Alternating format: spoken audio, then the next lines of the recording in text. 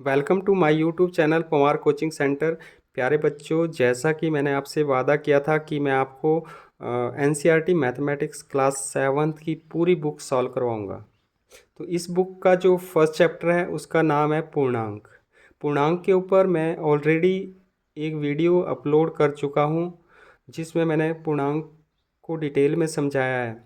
जिन भी बच्चों ने अभी तक मेरी ये वीडियो नहीं देखी है वो मेरे YouTube channel Pawar coaching centre को सर्च करके उस पर जाके इस वीडियो को देख सकते हैं। और जिन बच्चों ने ये वीडियो देख ली है आई होप उन सभी को पूर्णांक के बारे में अच्छे से समझ आ गया होगा। तो आज की इस वीडियो में हम करेंगे एक्सरसाइज 1.1। तो चलिए स्टार्ट करते हैं। एक्सरसाइज 1.1 का जो फर्स्ट क्वेश्चन है वो है, ऐसा पूर्णांक युग्म लिखिए जिसका योग -7 है। तो युग्म का मतलब होता है जोड़ा। तो ऐसे दो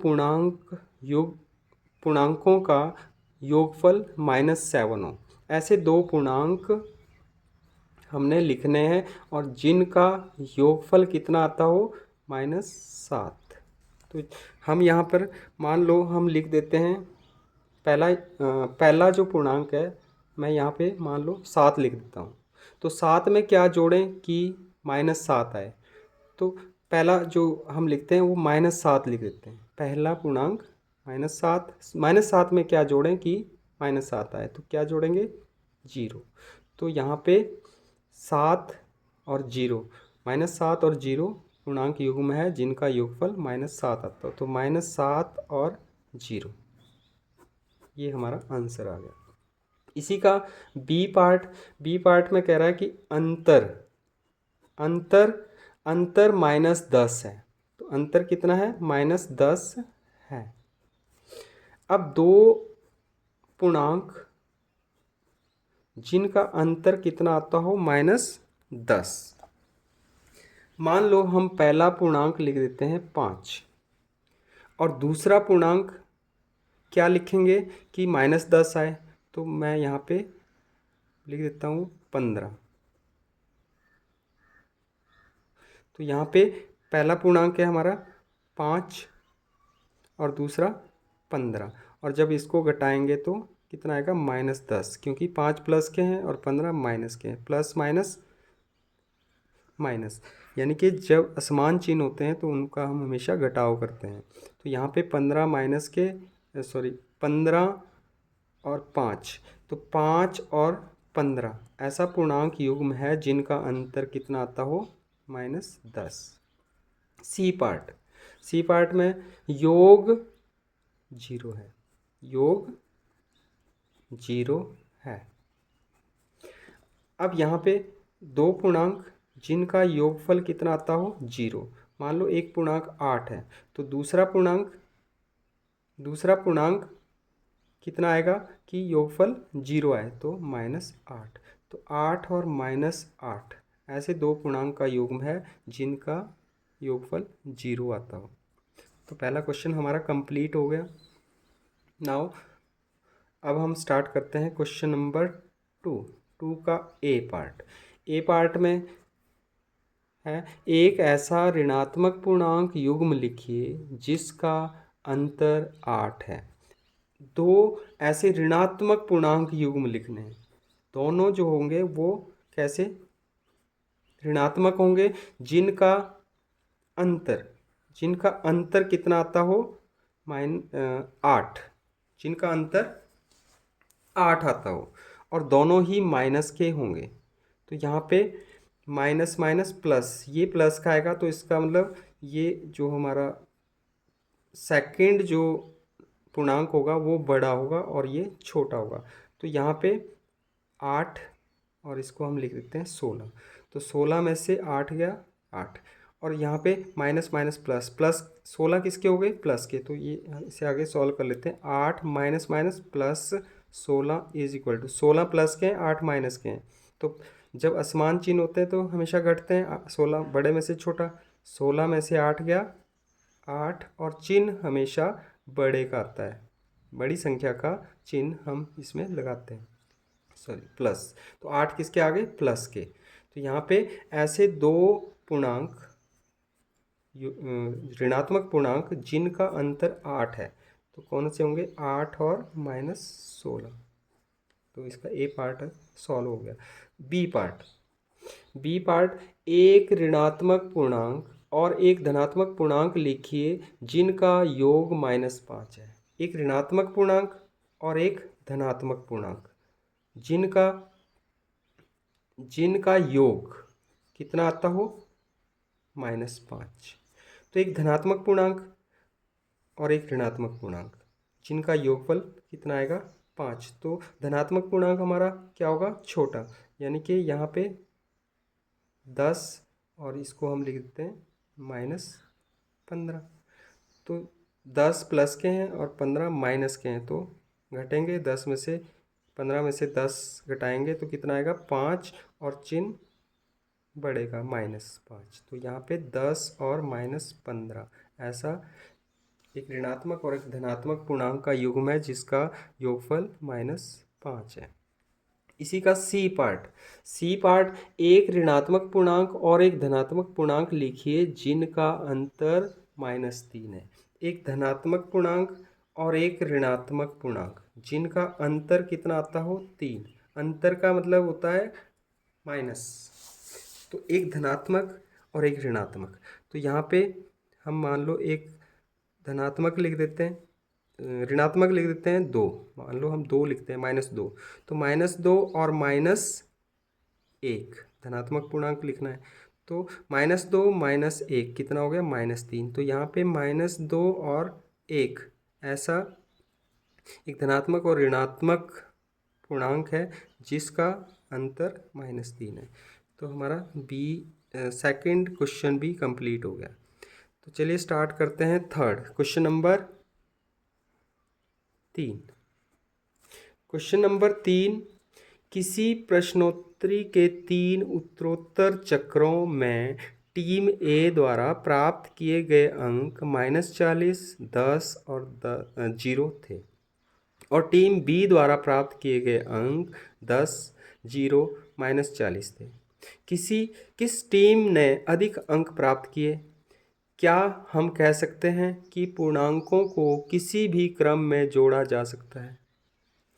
तो यहाँ पे क्वेश्चन क्या है हमारा कि एक प्रश्नोत्तरी है जिसमें 3 राउंड हुए। 3 राउंड में 2 टीमें ए और बी। टीम ए ने जो फर्स्ट राउंड में -40 अंक प्राप्त किए, सेकंड राउंड में 10 और थर्ड राउंड में 0। इसी तरह टीम बी ने फर्स्ट राउंड में 10, सेकंड में 0 और थर्ड में 40 अंक प्राप्त किए। तो अब हमें बताना है कि किस टीम ने अधिक अंक प्राप्त किए। तो हम यहाँ पे टीम ए द्वारा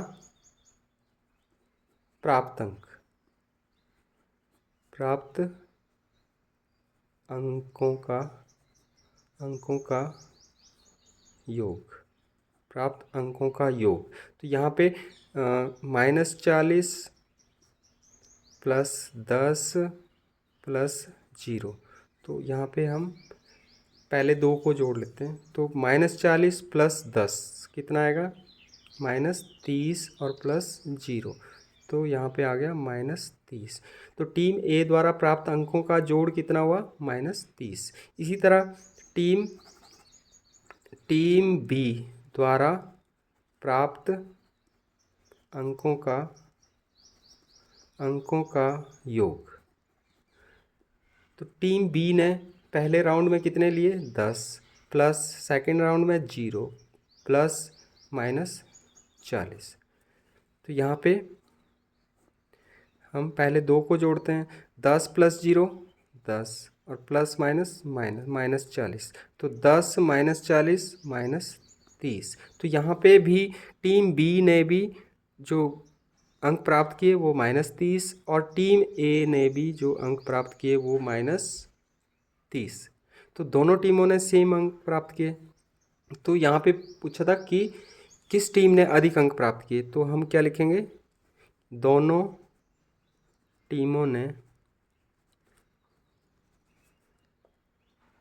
टीमों ने बराबर अंक प्राप्त किए। और फिर इसमें पूछा था आपको कि क्या हम ये कह सकते हैं कि पूर्णांकों को किसी भी क्रम में जोड़ा जा सकता है। तो यहाँ पे हमने 40 प्लस 10 और 0 को जोड़ा, और इसमें हमने 10 प्लस 0 और प्लस माइनस 40 को जोड़ा, तो कोई फ़र्क नहीं पड़ा। तो हम कह सकते हैं हाँ, क्वेश्चन था ना, हम कह सकते हैं कि पूर्णांकों को किसी भी क्रम में जोड़ा जा सकता है। हाँ, पूर्णांकों को किसी भी क्रम में जोड़ा जा सकता है। तो हमारा क्वेश्चन नंबर 3 भी हो गया। अब क्वेश्चन नंबर 4। क्वेश्चन नंबर 4 में जो इसका फर्स्ट पार्ट है -5 प्लस -8 इज इक्वल टू -8 और प्लस, और यहाँ पे हमें भरना है। तो -5 प्लस -8 बराबर है -8 प्लस, यहाँ पे क्या भरेंगे। तो ये जो क्वेश्चन है वो हमारा पूर्णांकों के योग के गुण के ऊपर है। इसमें कौन सा गुण, क्रम विनिमय, क्रम विनिमय गुण।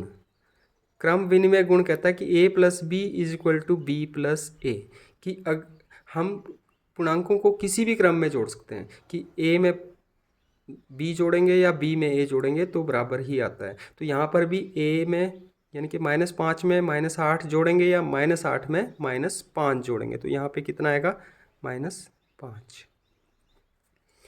नेक्स्ट इसका सेकंड पार्ट है कि -53 प्लस -53, और यहाँ पे हमने भरना है इज इक्वल टू -53। अब -53 में क्या प्लस करें कि -53 ही आए।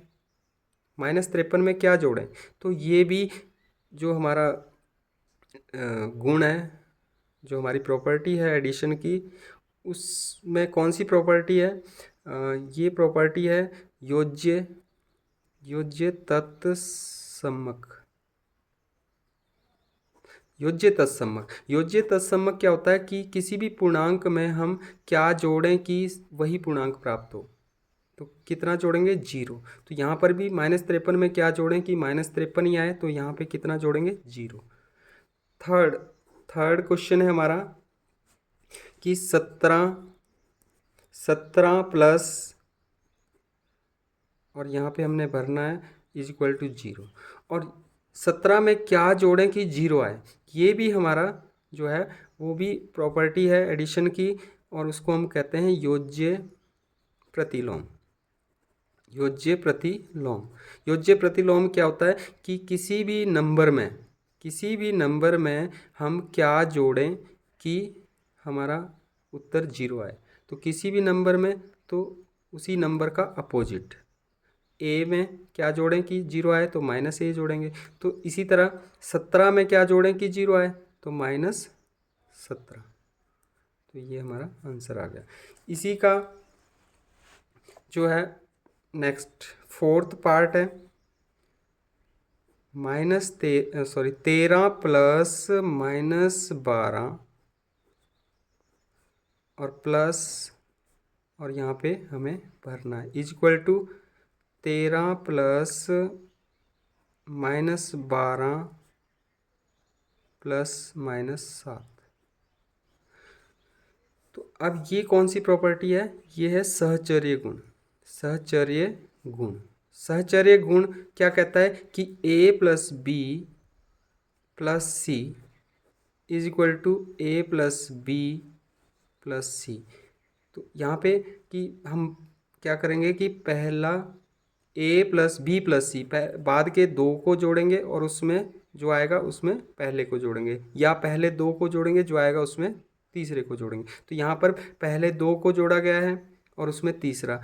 अब यहाँ पे हम क्या करेंगे कि पहले को बाद में जोड़ेंगे, लास्ट के 2 को जोड़ेंगे। तो यहाँ पे पहले 2 को जोड़ा तो यहाँ पे क्या आएगा -7। और लास्ट हमारा जो 5वां क्वेश्चन है, तो -4 plus 15 plus -3 is equal to -4 plus 15 और प्लस, और यहाँ पे क्या आएगा। तो ये भी यही नियम है कि ए प्लस बी प्लस सी और ए प्लस बी प्लस सी। तो यहाँ पे ए बी सी, तो यहाँ पे सी आएगा। सी कितना है -3। तो इसी तरह हमारी पूरी एक्सरसाइज होगी। तो आई होप आप सभी को ये अच्छे से समझ आ गई होगी एक्सरसाइज। और जिन बच्चों को नहीं आई वो इस वीडियो को दोबारा देखो और ज़्यादा से ज़्यादा इसे शेयर करो, ताकि तुम्हारे दोस्तों को भी ये वीडियो देखकर ये एक्सरसाइज अच्छे से समझ आ जाए। Thank you.